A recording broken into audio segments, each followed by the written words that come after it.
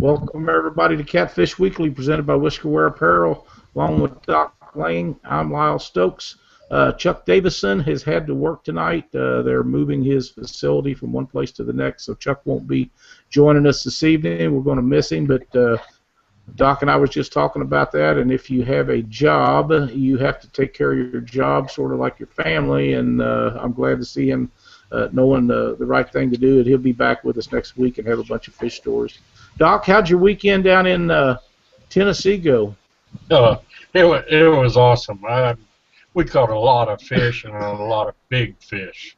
I caught a 45-pound flathead and a 45-pound blue. Daniel Vance, my partner, he did his personal best while we were pre-fishing, and he caught a 43-pound blue. Wow, that was great fish. Yeah, and we caught a bunch of stripers. None of them was under 20 pounds. And I mean, you know, those are just drag rippers, and it was pretty exciting. Well, you know, I watched the weigh-in both days live. You know, I've been really busy, and I haven't been able to do a lot of social media stuff, but I just turned the monitor around on my computer and watched it while I worked. And that was an absolute pig. Them boys stuck that flathead. They caught like 4 pounds shy of the state record down there. It was just awesome. And man, congratulations to those guys. They done a heck of a job down there in that tournament. It was 50-some pounds for a 2-day wait, which is pretty good. Yeah, 268.04, and the big fish was 82.90. David Harrison and Aaron Massey out of Georgia won that tournament. So just the top 9 teams, you had to have 200 pounds. That was the top 9 teams. So that's pretty good. Yeah, says something for the fishery. Absolutely, and from what everybody that I have talked to or has sent me messages or whatever, they told me that most everybody caught fish pretty steady. Now some of the guys struggled a little bit, but overall, I think everybody caught a lot of good fish down there. Yeah, we were in 14th place after day 1, and then on day 2, Daniel caught a 35-pound blue. We couldn't get that second big fish in the boat, so we checked in, and when I checked in, I was like the second boat to check in, and we were in 2nd place. So I grabbed the phone and Jeremy, he asked me, he said, "What are you doing?" I said, "I'm in 2nd place. I have never been in 2nd place in a Cabela's tournament." So I said, "I'm going to live the moment." so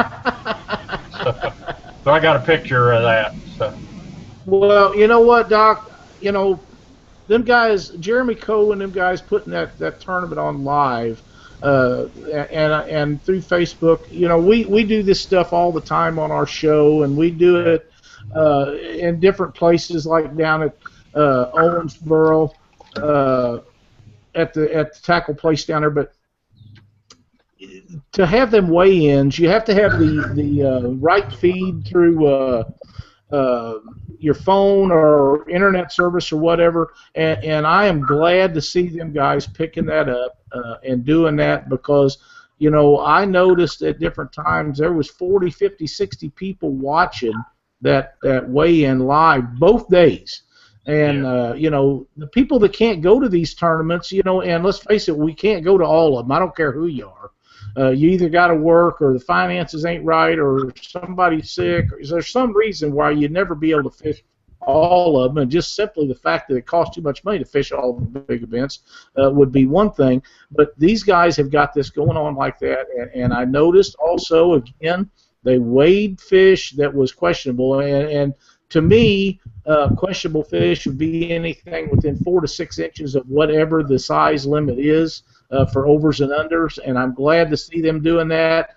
All the tournament series don't do that. They all should. And again, I'm going to recommend that all the tournament directors take a look at doing a slot limit, a over and under thing, something, and just keep 2 big fish over and make the rest of them be 3 unders. I know a lot of guys who don't like that. But for us to get regulations put into effect at these states that are not complying like that, and Missouri, you are one of them. You're the worst one because you're not getting anything done, and you have the golden opportunity to do it. If they would all do this, these states would take notice and realize how important it is for us to not bring in every big fish to a weigh, and just like these guys, if they'd all put these 34 or 35-inch rules into effect where you can only get 1 or 2 a day, the amount of breeding size fish we'd have would be far outweigh what we have now, and these places just aren't getting it done, and that's a terrible thing. Yeah, it really showed down there that it is working. That rule is working. So. Well, everywhere that rule is in effect, whether it be in Alabama or whether it be in Tennessee or wherever it's at, every place it's in effect, it's evident that it's working. These other guys are just blind to the fact that they don't want to do it. They're afraid they'll make somebody mad. Hell, I don't care if they're mad. It doesn't matter to me. If these commercial guys, there's plenty of Asian carp and common carp. They can sell them. They don't have to take breeding size catfish out of these pools of water to do that. That's just craziness. Yeah. Well, Doc, we have Brad on with us, Brad Cox from Springfield, Illinois, and Brad is getting ready to have a tournament over there for catfishing for veterans. Is that right, Brad? Yeah, that's correct. Listen, thank you for joining us on Catfish Weekly tonight. We have a mutual friend that contacted me about getting you on the show, and I want to give a shout out to him. He is a... How do I want to put that? I can't say anything because I think he's going to give me a bill for advertisement and being my PR rep and this and everything. So I'm going to try to keep my bill as low as possible. I'll let you handle that. Well, Jason Rath is a special kind of guy. He really is, and we've known Jason for years and years and years. And he believes in a lot of the really good things about our sport.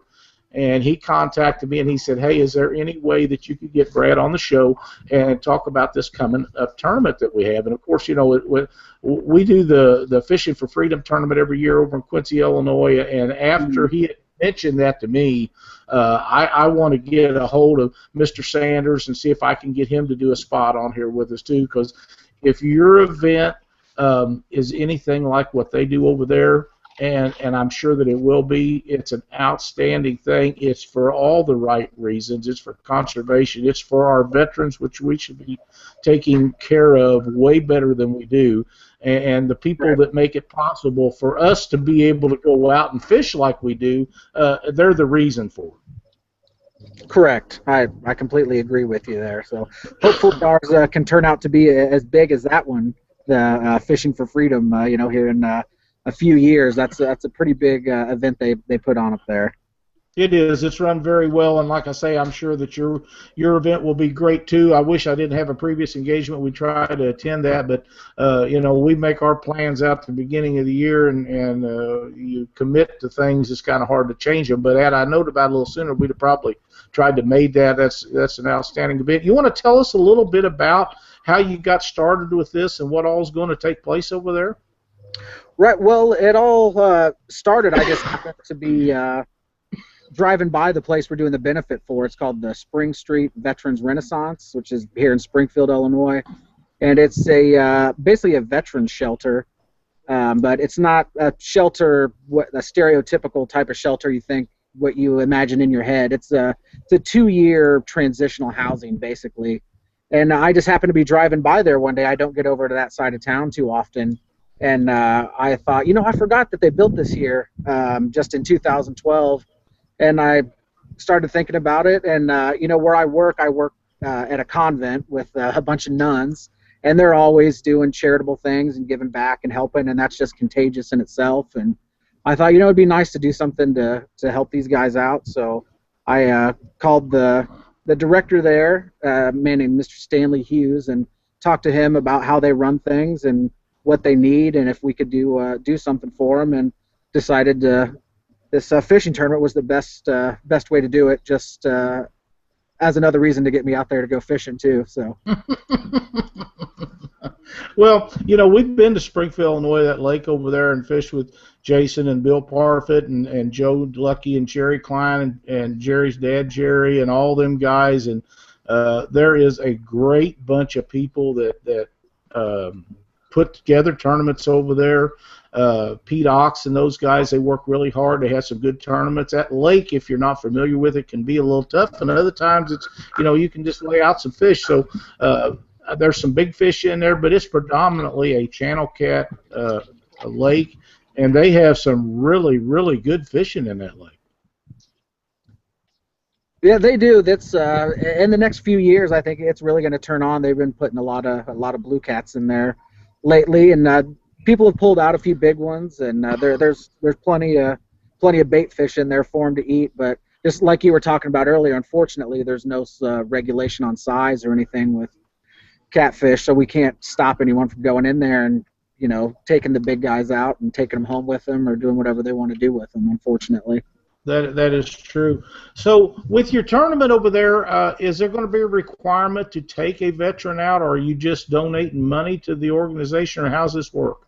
No, anyone can fish. It doesn't have to be a veteran. You're more than welcome to take a veteran, but what we're doing is the entry fees, half of the entry fees is going to be donated to the Spring Street Veterans Renaissance, and then a few other things. We're going to have a raffle with hopefully some good prizes. We got a few things coming in, and some of the people you were just mentioning, Jerry Klein and Jason Reth, I was just emailing them right before I got on here about trying to donate one or two of their rods, and of course they're hassling me and telling me to quit begging and everything just because Jason was over there when it was happening. So yeah, we're going to have a few other things like that to help raise some money.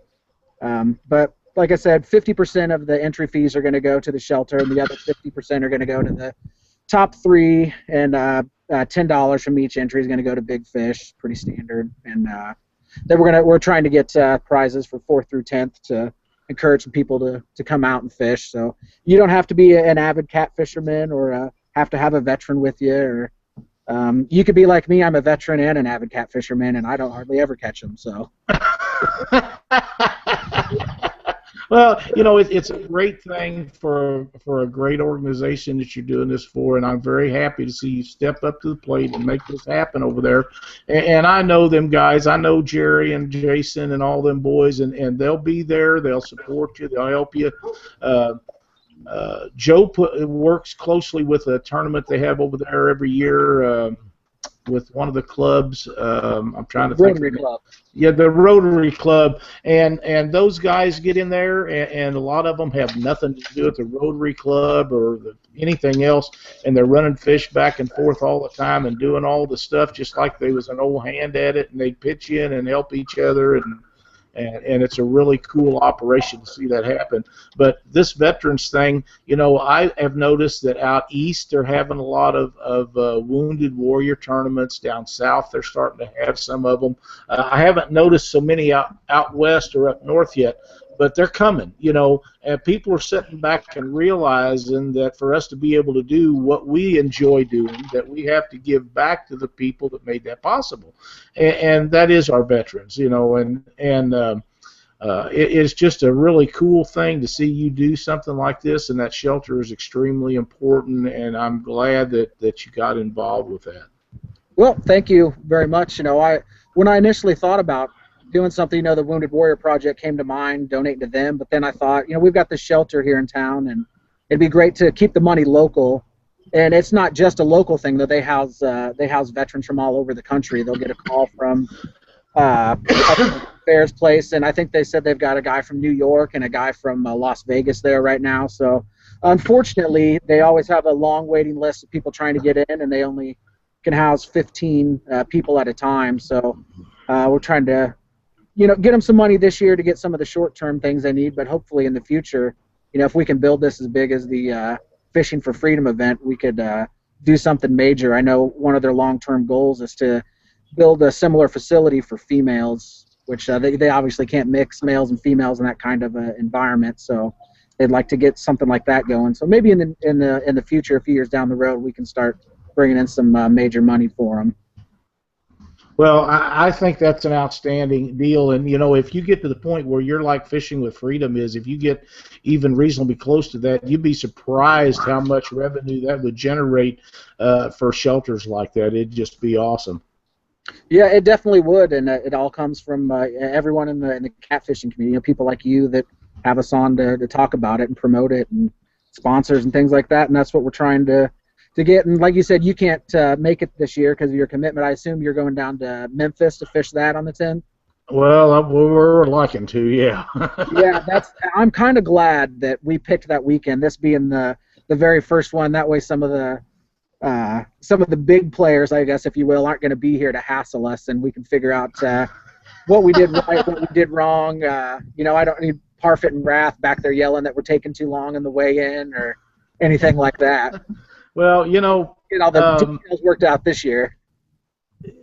As rough as them boys are on you, you'll not find better guys to help you out when you need help. They'll always be there for you. They always.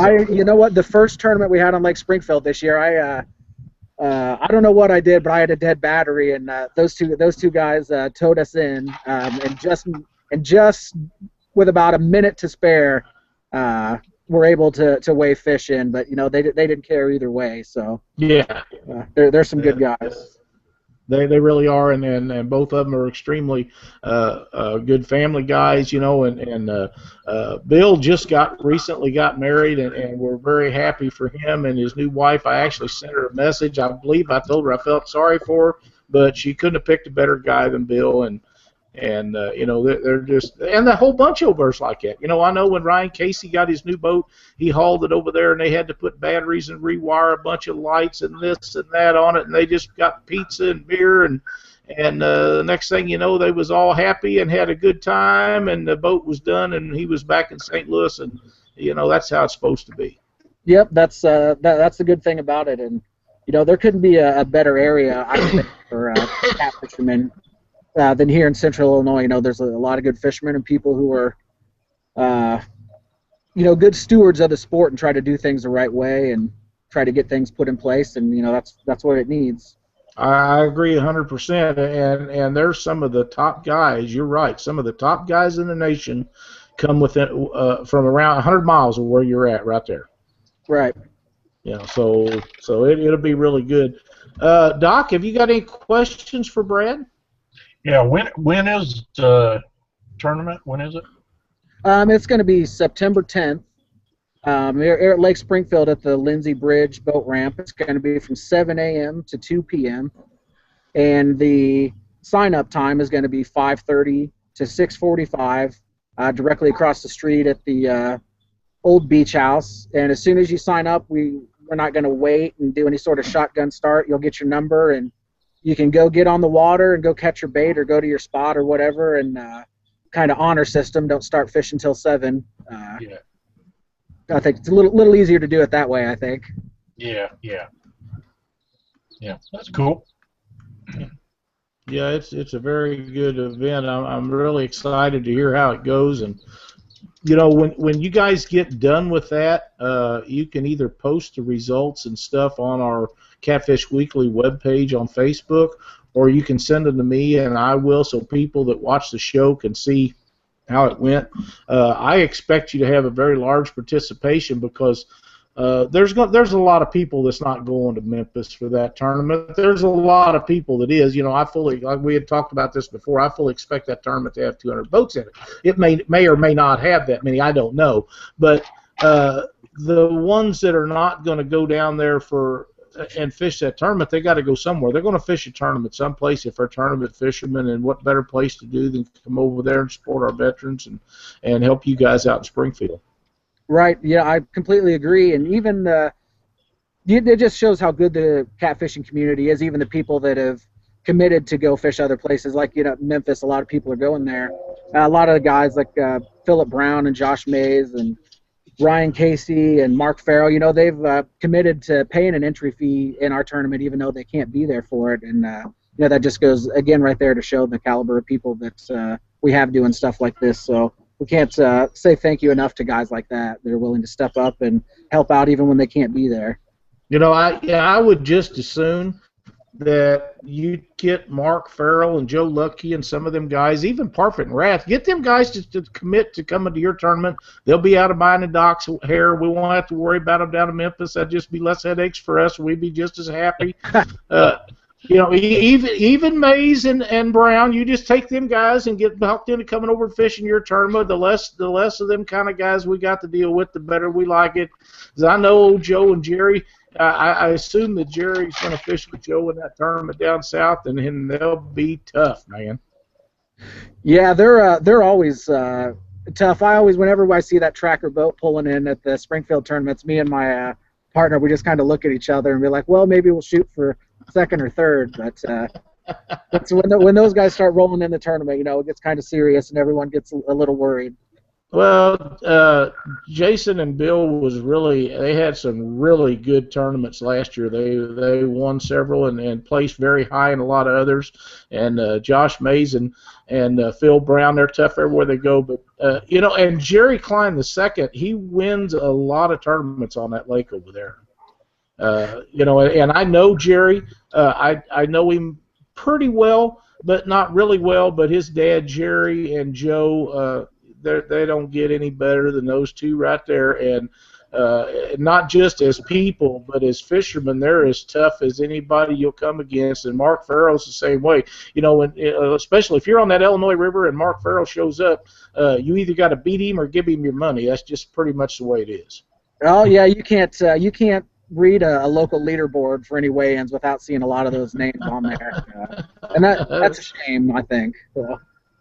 Well, you know, I enjoy fishing with those guys. They're such good guys, and you know, you can ask them questions. They'll all tell you an answer. Now, with Jason and Bill, it might not be exactly what you want to hear, but they're going to tell you something. The other guys will probably tell you the right stuff, but they would rather see you run around, chase your tail, and tell you something right.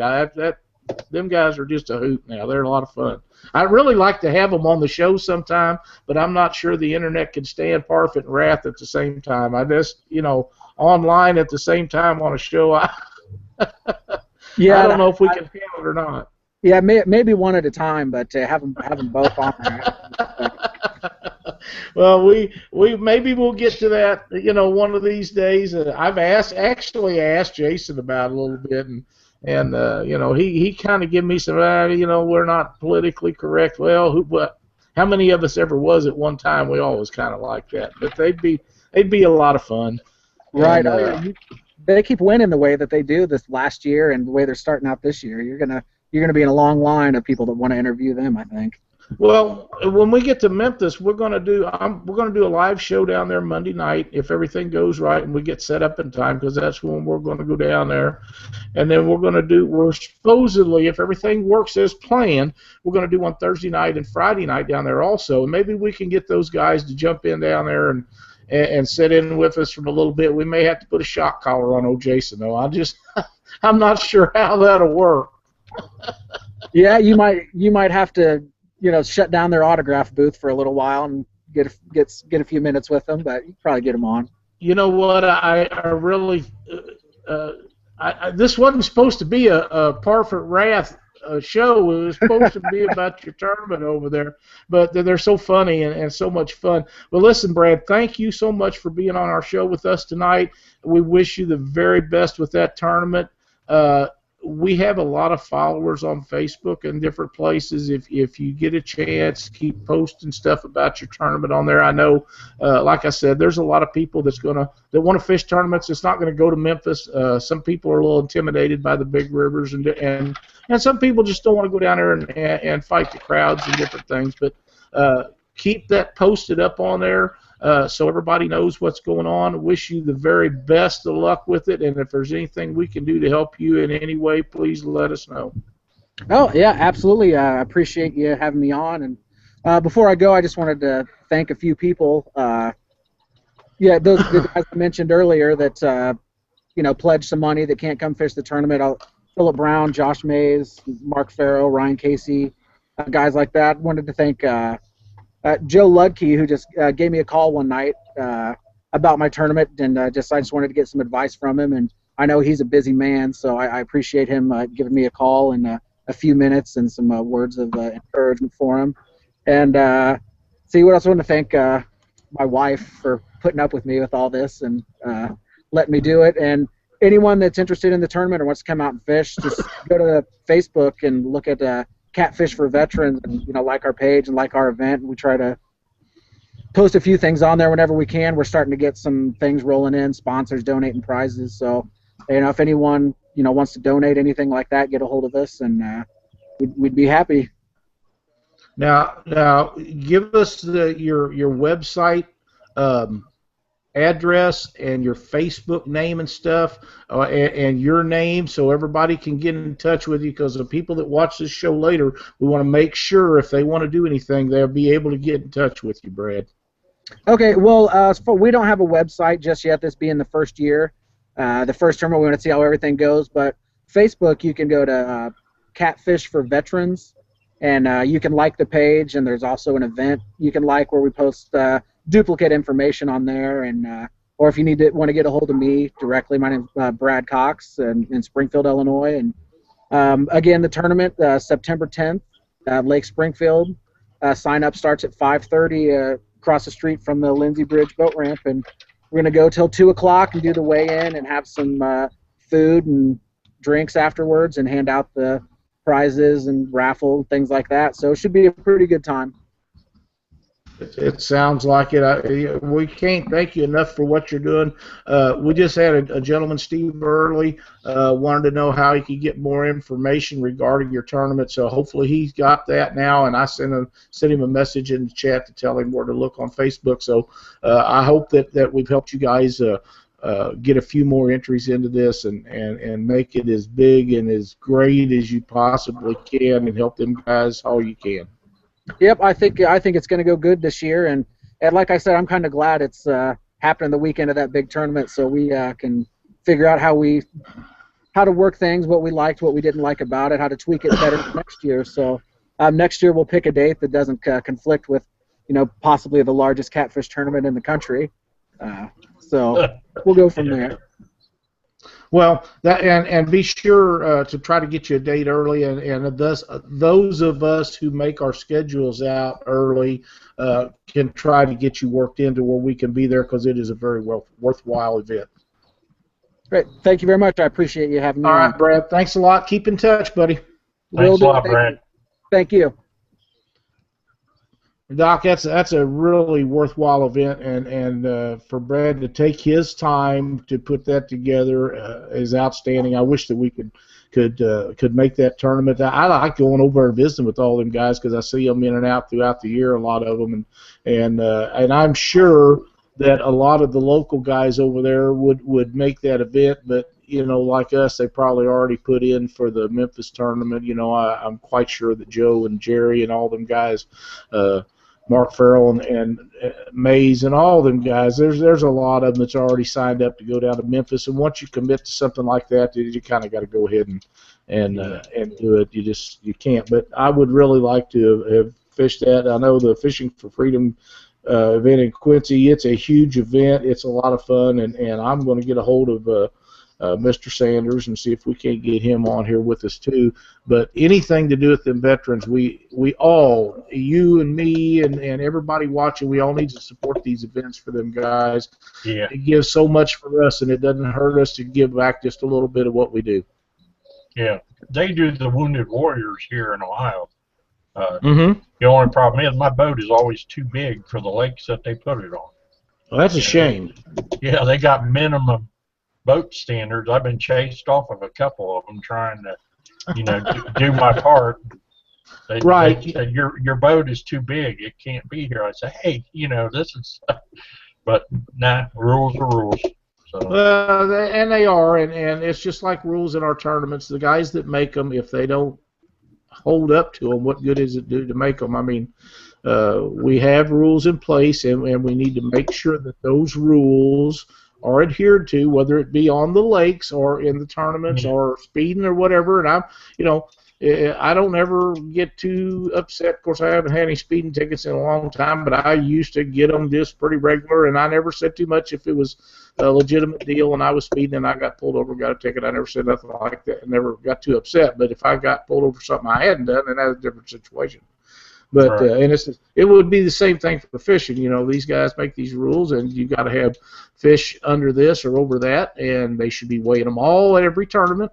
And the guys that's not should be kicked out. The ones that are should be going ahead, and kudos to the guys for doing that. And I noticed, like I say, I noticed at the Cabela's tournament they're doing an outstanding job with that. I'm very proud of them boys. There's only a couple issues that they need to work on, but this deal being able to watch those weigh-ins, and I noticed that Alex Nagy had posted on that he's going to do his tournament that way, the Jack and Jill tournament this weekend, that it's going to be, the takeoff is going to be live and the weigh-in will be live, so that'll be a really cool deal. I won't get to see that one till I get back and watch it live because we're going to try to be there, but it'll be a lot of fun. That's a great event up there, and we'll talk about that a little bit later. Doc, if you've got something to go over here, I'm going to send Josh a link and try to get him in here so he can join us and tell us about the Cancer Society tournament that they had over the weekend. Okay.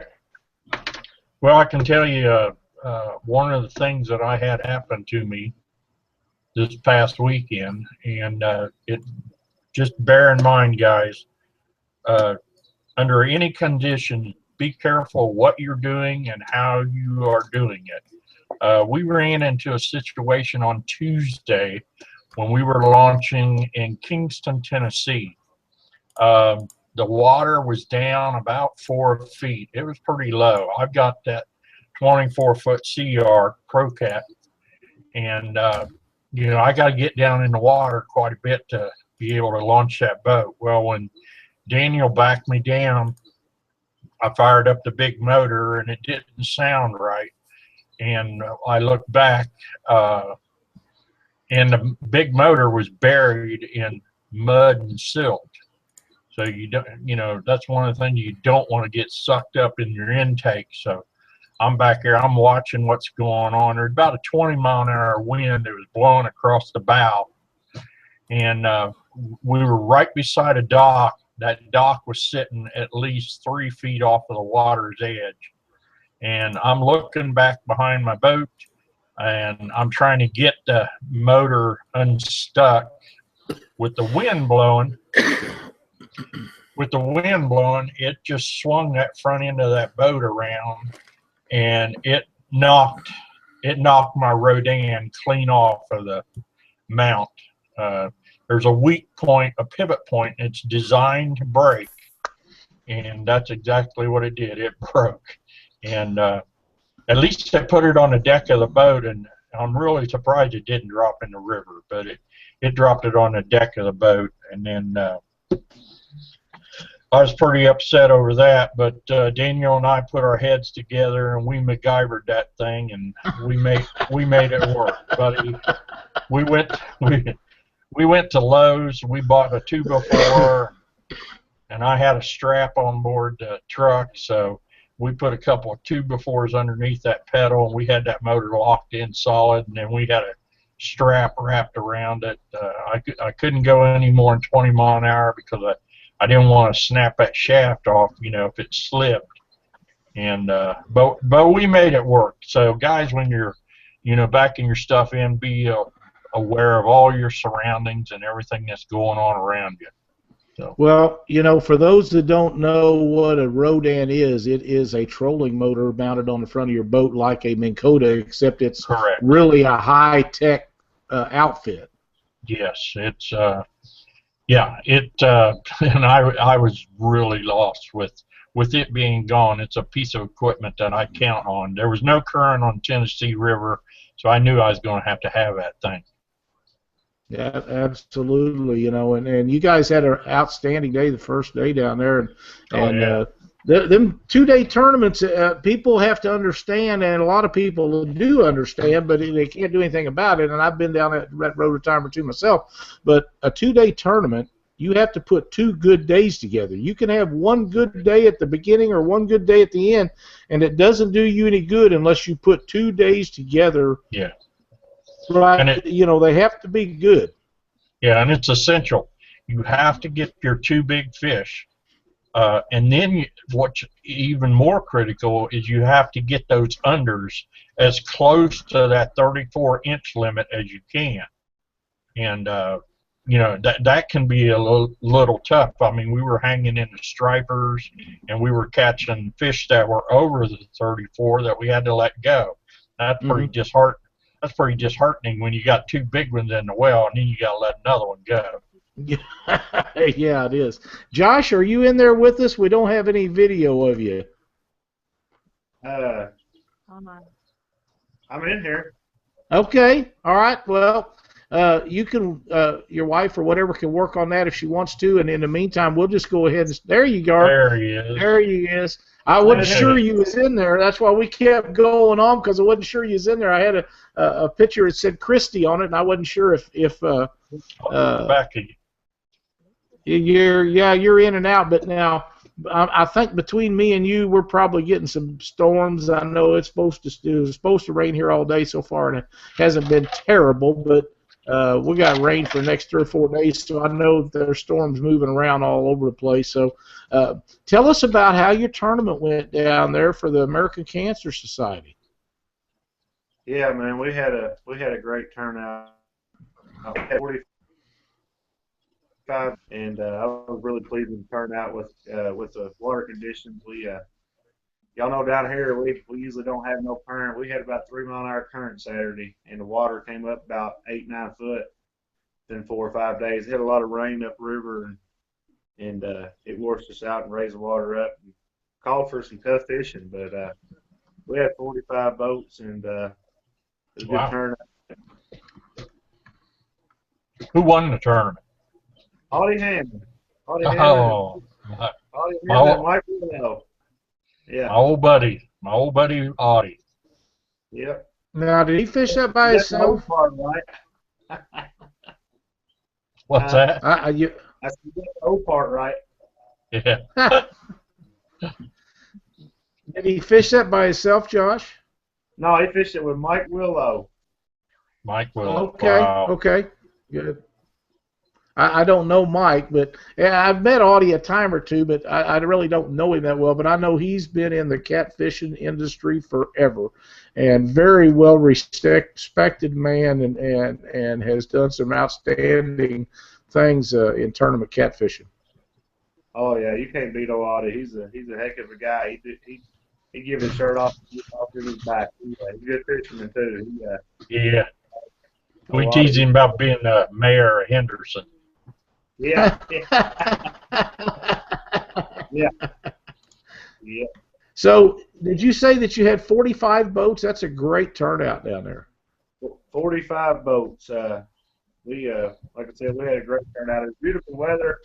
The water conditions, I think we could have had a few more boats if it wasn't for the water conditions. But then I don't know about down y'all's way, but down here, turkey hunting's a big thing. Turkey season came in Saturday. That hurt our boat count a little bit, but 45 boats, we were still real pleased. We had this tournament for the Davis County American Cancer Society and Relay for Life. It was a $60 entry.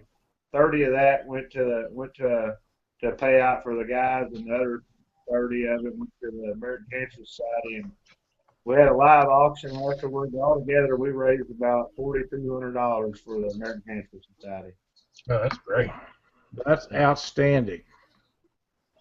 That's really good. Who are some of the other participants that placed very well in your tournament down there? Well, Jody and Tricia Bibbin, they finished in top 5. They finished third.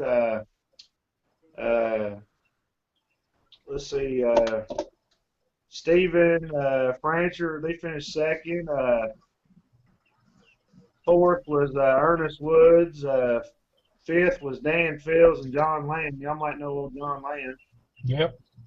Oh, yeah. It was a pretty tough bite. It only took 75 pounds to win it.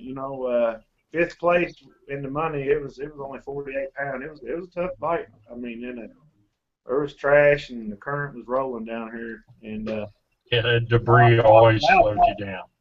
Lyle's probably laughing when I say 3 mile an hour current, but down here, 3 mile an hour current is rolling. That is a lot for you guys, and I understand that. It doesn't make any difference if it's 3 mile an hour or 8 mile an hour. The trash is the same. it gets on your anchor rope. If you're anchor fishing, it gets in your lines and raises your bait up off the bottom, and it's just a terrible situation. And I hate trash about as bad as anything, but 3 mile an hour current, to me, that's not nothing. But for you guys, that's a whale of a lot of current down there. Mm-hmm. Oh, yeah. There was a lot of good competition out here. The Kings, Wayne King, and them was down here. Even got Aaron Wheatley even showed up to the competition was there. Just the fishing was tough, but we still had a good time, raised a lot of money, and that's what we were there to do. You know, that's sort of like we was talking with Brad over in Springfield Illinois, about the tournament he's got coming up. You guys got some really good competition down there. Now, you had said that Jody and Tricia finished, what, third, fourth? Third, yeah. Third. You know, I really think that she's dragging him through these tournaments. He should have had her for a partner a long time ago. Oh, yeah. Yeah. You know, they won that Monsters on the Ohio right after they got married. Yeah, I know it. Them guys they're meant to be together. They really was, and they're doing really good fishing together. I'm glad to see her joining Jody, and you know, he had a few health issues, and I'm glad that he got past that to where he can get back out and do some fishing.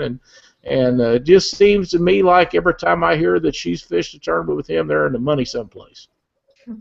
Oh yeah, I think we run a points crowd too, and they're in the top 5 in the points too. And right now, Trish is holding on to the female angler of the year as of right now. So they're doing good. They're doing good. I like to see the families come together and fish tournaments. That's what it's all about, you know. Well, it really is, and you know, you was talking about the Kings, of course. We have Whiskerware and I do a little thing with some kids for our junior pro staff, and that King family is, you know, I would like to get them on a show, and we had them on down there at Owensboro last year, but I mean, they can't. Their internet connection won't allow them to do a show like we're doing now. But you know, if that little girl gets involved in catfishing the way that the boy has, them guys are going to be tough. I mean, you got a mother and a father and a son that fishes a lot. Yeah. And if that little girl decides she wants to get in there, by then he'll be what? By the time she gets old enough to decide if she wants to, he'll be up there a little bit. But you know, they're a fishing family. They're very tight knit. You know, those guys are close with each other. They do good. They work good together. I've seen them in different places and things. Even before we had the thing going with him, and they're really tight knit family. And I'm glad to see that. And the sport is good for youngsters. And people need to make sure that they take their wives to some of these tournaments and get involved with them and their kids. And it's just a good. It's just. There's nothing better than taking a kid fishing. It beats the heck out of them sitting home playing video games and stuff. I mean, they learn so much about life and nature and different things, and they're liable to see anything on that water that, you know, they may not see any other time. Yeah, Connor's been on that boat a bunch of years. Oh, yeah. Connor's been fishing for a long time, and he's done really well. He catches a lot of quality fish, and you know, I don't know how their system works in their boat, what to decide who does what, if they have positions or stuff. In our boat, we have our 1, 2, 3, 4, 5, 6, and if somebody's doing something and you can't get to a rod, you just say the number, and the other person reaches up there and grabs that rod, and that's kind of how it works. But I'm sure they have some kind of system, and I hope to get on the boat with them someday and find out some of that stuff. But you know, people need to keep these kids involved in not just fishing. You know, if you don't like to fish and you want to, if you go out deer hunting or mushroom hunting or whatever it is, take a youngster with you, or take your wife with you, or your girlfriend, your daughter. It doesn't make any difference. Get these people out of the house. People are so used to. A lot of them don't even know what fresh air is because they don't ever get it. You know, and it's something that all of us should do more of. Yeah. Oh yeah. Well, I'm glad you had such a great turnout down there, Josh, at that tournament, and you know, thank you for putting stuff like that on. I know you do a lot of those kind of events and it's a great thing that you're doing. American Cancer Society is something that we all should be involved with and try to support it. And I know we can't all support every cause that comes along, but there is some stuff that to each one of us there is something that's really important. My thing is Diabetes Association and the veterans. I think those are really good. The Cancer Society is so important because somewhere eventually they're going to get a cure for this stuff, and they've made such great strides, and the only way they can make strides is from events like you have, donating money to them so they can do the research to make it happen. So thanks again for doing everything that you do down there. I appreciate y'all letting me get on and say a few words. I can't thank the guys enough. Some of the biggest names in catfishing on the products wise. Like if it wasn't for them guys, we wouldn't have had nothing to auction off. Just to name a few. Bottom Dwellers Tackle, David Ashby. I never bought anything from the man. I sent him a message, told him what was going on. He said, "Oh man, I definitely got to be a part of that." He just sent me bukus of stuff, and Bass and More, Whiskerware Apparel. I mean, just the biggest names in catfishing came on board and gave us stuff to be auctioned off to raise money for that benefit. And we thank them with everything we got. It was just a really cool deal. I don't know who all was involved with that, but Bass and More and all them guys are all good, and they always jump up when somebody needs them. Dave Ashby probably gets involved more throughout the United States than anybody else because he serves everybody throughout it, and it's not that the other guys don't; they just are not specific online business like Dave is. But all those guys that donated in prizes, thank you guys for doing all that. It's outstanding. And the auction money went to the great cause of what they went to. And Relay for Life and the American Cancer Society are two of the greatest things that you could ever put your money behind. And I've read stories about these different organizations and how much money goes to what, and that's one of the top ones. And that's the kind of stuff that we need to get behind. Well, Josh, thank you a bunch for getting on here and sharing that information with us. I hope we didn't get on Jody too bad, but them guys have been tearing it up, and I'm really happy for him and Trish doing as good as they're doing in these tournaments, and I'll be looking forward to seeing them when we get to Owensboro this fall. That's right. Well, I appreciate it, guys. Y'all have a good night. All right. All right, Thanks, buddy. Josh. Talk to you soon. All right. Thanks a lot. That's a really good thing that he does, putting on those tournaments like that. I know Josh does 3 or 4 tournaments every year, or he has a regular series, but he does special events like this besides those, and he does them for free. I mean, he don't take anything out for himself or get anything like that. He just does it for a good cause, and Right. It costs money to run a tournament too. People don't understand. Right. People don't understand how much work, how much time, how much money is involved in putting tournaments on. They think that you can just do them for 100% payout, and some guys do that. Some guys can afford to do that, but if you have to draw, and Josh would be the same way. I have to think so anyhow. If he had to drive, a couple 100 miles to do that, he's doing it right there in his home, and he's out some money, but it's not something that is terrible. But these guys like Alex and some of them that go out and they go 150 miles one way and do a tournament, and they make 2 or 3 trips. I mean, there's a point where you can't give it all away. And people have to understand it just costs money. And it's like George Young and Aaron Wheatley. Them guys put on huge tournaments. It takes money to make those things happen. People have to understand that money's got to come from someplace. So you just have to realize, what we're up against here. But I cannot believe if you would have told me 10 years ago that there would be a tournament in Owensboro, Kentucky, that would have 180 boats in it, I'd have told you was nuts.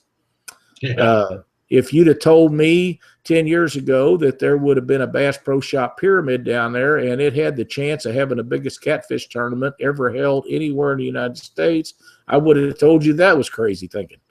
But both of them are happening, and it's happening right before our eyes, and the catfishing industry is growing, and it's growing so fast, we're going to have to keep up with it. And quality tournament directors doing what they say they'll do and doing it the correct way is the only way this thing is going to survive. People got to get behind the guys that are the right reason and support them, and the ones that are not doing it for the right reasons and not doing them correctly, don't support them guys because they're bad for our sport. Yeah. Now, before the show, you and I was visiting here a little bit, Doc, and we had a guy. I had a phone call come in. A guy was telling me a story about a boat. Oh, boy. You think we ought to elaborate on that at all? Oh, I don't know. I told him I wouldn't teach him, but. Well, I'm really glad that nothing got hurt and nobody got injured. But, you know, Right. Doc was talking a while ago about safety and things happening at boat ramps. You know, if you're backing in, you can get into stuff. If your wheel, Watch them mirrors, huh, Joe? Watch those mirrors.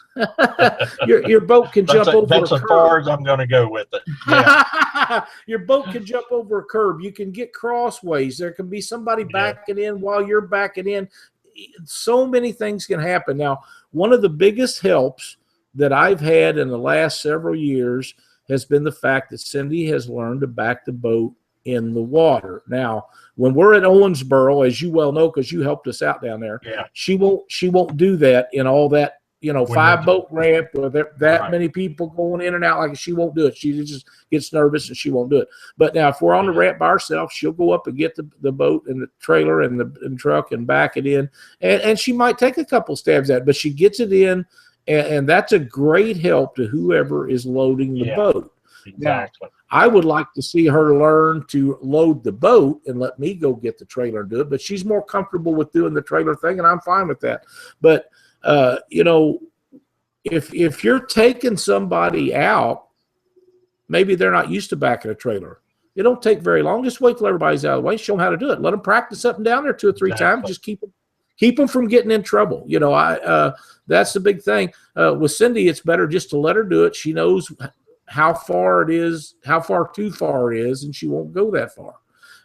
You know, but like I say, she might take a couple stabs at it. Sometimes she gets it right in first time. It depends on the ramp, how far you can see down at different things. But you and I can understand, and we've talked about this before, people go out and you know, something could happen to where we couldn't get the boat in, and people that are with you needs to know how to operate the boat. Yeah. You know, if we're out in the lake and something happens, hopefully it never does, but if we can't operate that boat, they need to know how to start it, drive it. They don't have to drive it fast like you and I would maybe, but they need to know how to get you back to the ramp. They need to know how to look on that GPS and see where you're at and where you got to go.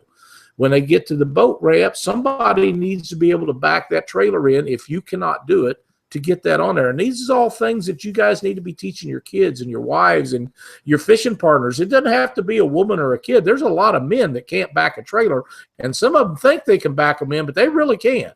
Yeah.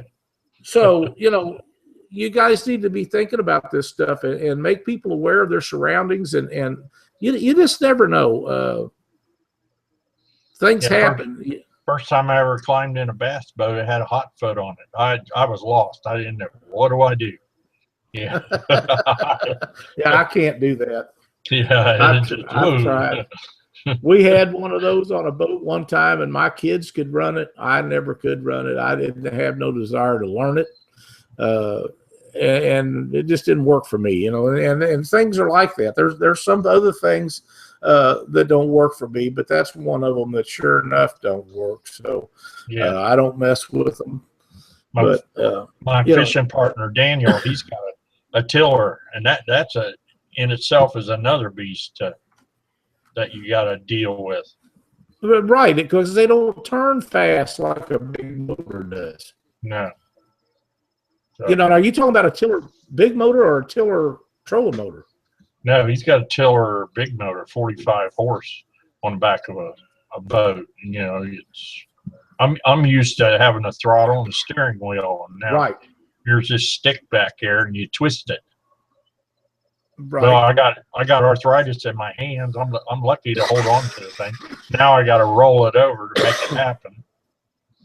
I remember the days when we had John boats that had 35, 40 horse motors on them, and I had an old duck hunting boat for years that had a tiller motor on it, and I got along all right with that, but we wasn't running 50, 60. I swear, I don't know how John Jameson does that. I mean, I'm not sure I could ride in that boat with him with a tiller handle, because I know that Lund gets it on pretty good, and I'm not sure I could do that. But he's comfortable with it, so I mean, he loves it. Yeah, whatever they. I mean, when I was young and skinny before I got old and fat, I skied behind a old Johnson motor and with a 35 horse. You must have come up pretty quick. Yeah, we water skied behind that thing. So wow. Well, we had John on the show. Oh, it's been probably a year or so now.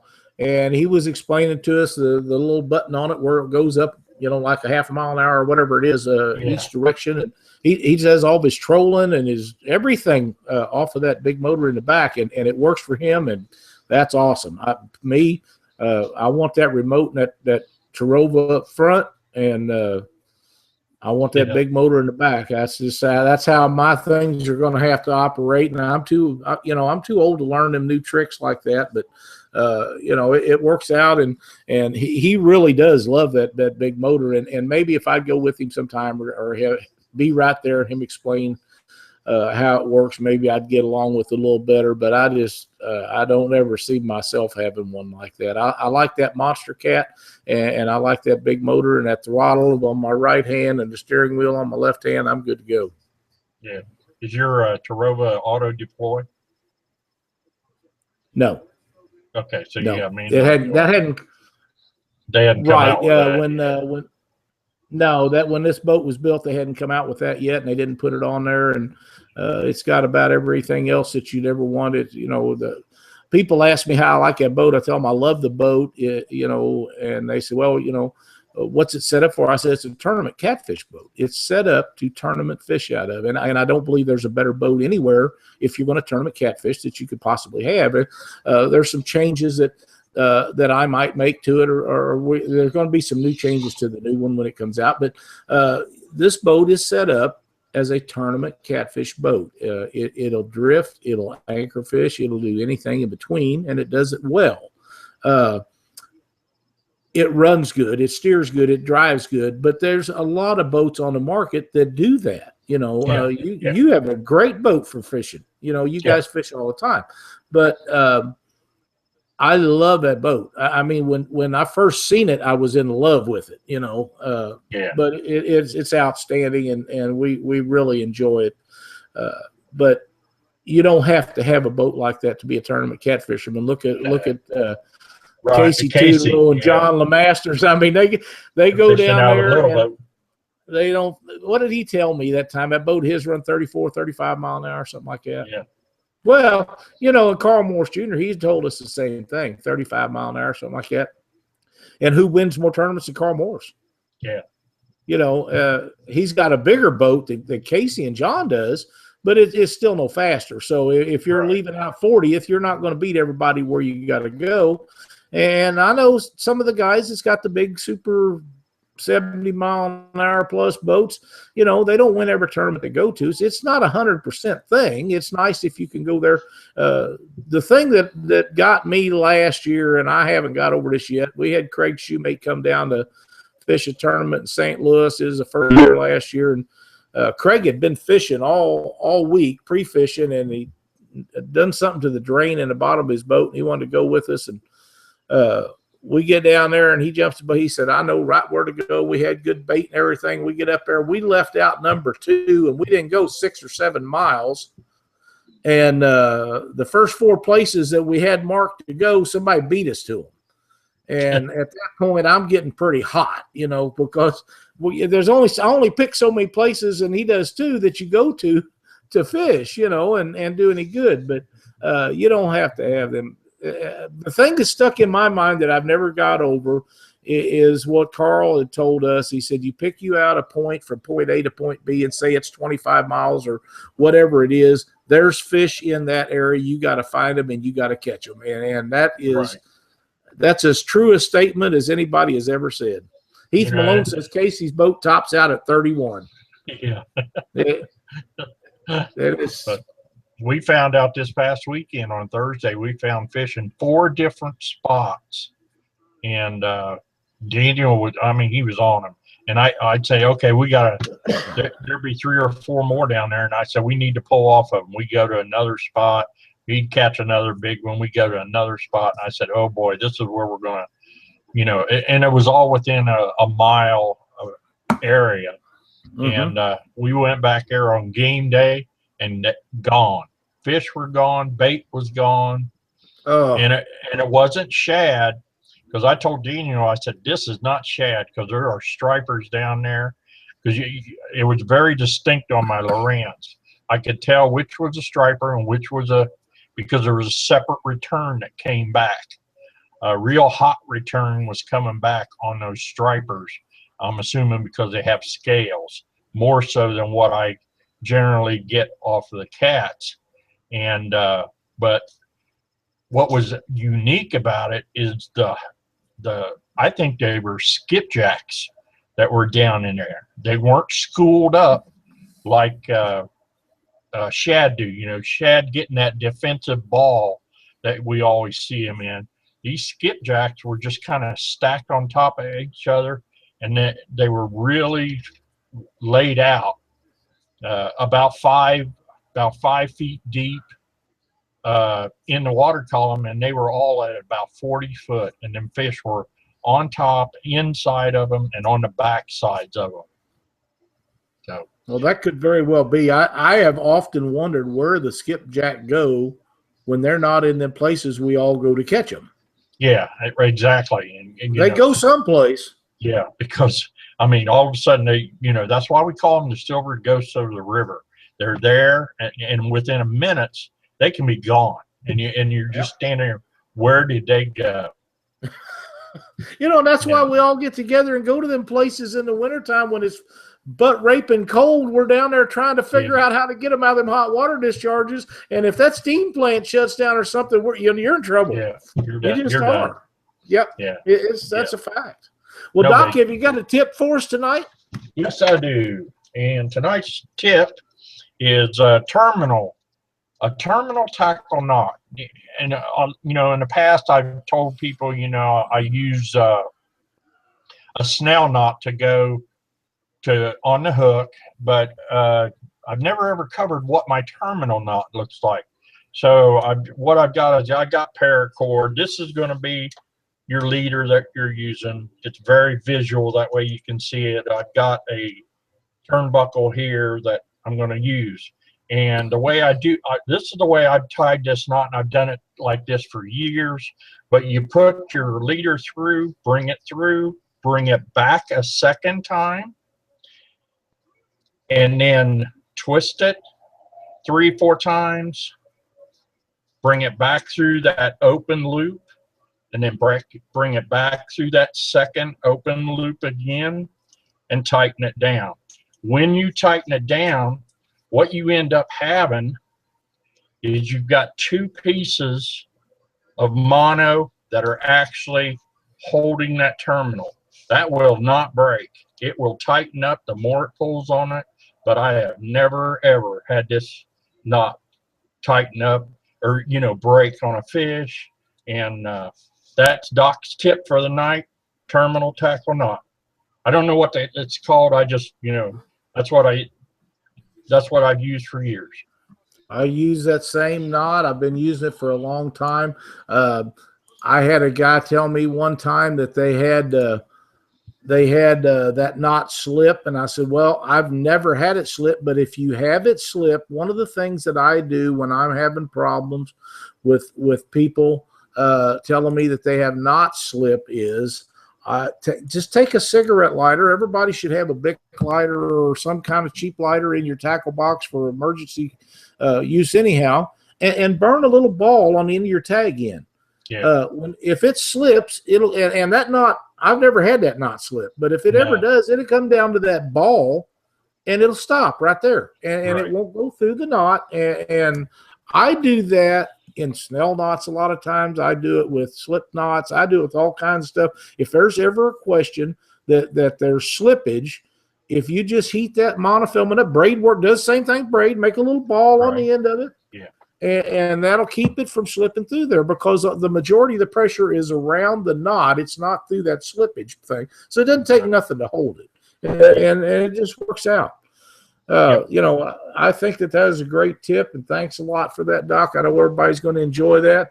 We're running on to just over an hour, and do you have any closing statements? There's a Cabela's, I think, is in West Virginia this weekend. I'm not sure where it's at. Didn't hear anything. And on the 30th of April, I think Vince has got that Tri-County tournament going on. So next weekend, I'll just kind of make sure that I write down tournaments that are going around in my area. So you guys that guys that are wanting to have these announced, you have to get them to us, because we can't stay up with all of them. Hell, Doc, there's tournaments in every place. You know, I can remember when every weekend, if you wanted a tournament fish, you'd have to drive forever to get to one, and it may have been a $10 entry fee. They're all over the place, and keep up with all of them. But we'd be glad to announce as many of them as we can. If you get the information to us, and we'll try to do it, and we'll get that done. The Jack and Jill tournament for Twisted Cat Outdoors is in Canton, Missouri this weekend. You need to get a hold of Alex Nagy. You can check out Twisted Cat Outdoors on Facebook, and get involved with this. You have to have one male, one female in the boat. You can have up to 3, 2 of either sex. It's a great tournament. Got $2,500 added money, I believe, to it. So it'll be a lot of fun. I know that there's going to be some people from driving from Indiana and different places to fish this. Heath and Elena's coming over from Indiana to fish it, and it's going to be a great turnout, a great time to be there. The fish should be biting. We're supposed to get rain in our area, and this is a wide area from up in Iowa, plumb on down through Missouri, the next several days. But it's supposed to be high 70s Saturday and Sunday, so I'm not sure how that's all going to play out. It was supposed to rain in the last day and a half, and we've seen rain today, but not what they was talking about. So I'm not sure what we're going to do, whether the front stalled out or just what. But if you get a chance, make that tournament. It'd be a lot of fun. I think that's all I have for tonight. So for Doc Lang and Chuck Davison, who is not with us tonight, he'll be back next Monday night. This is Lyle Stokes. Thanks for watching Catfish Weekly.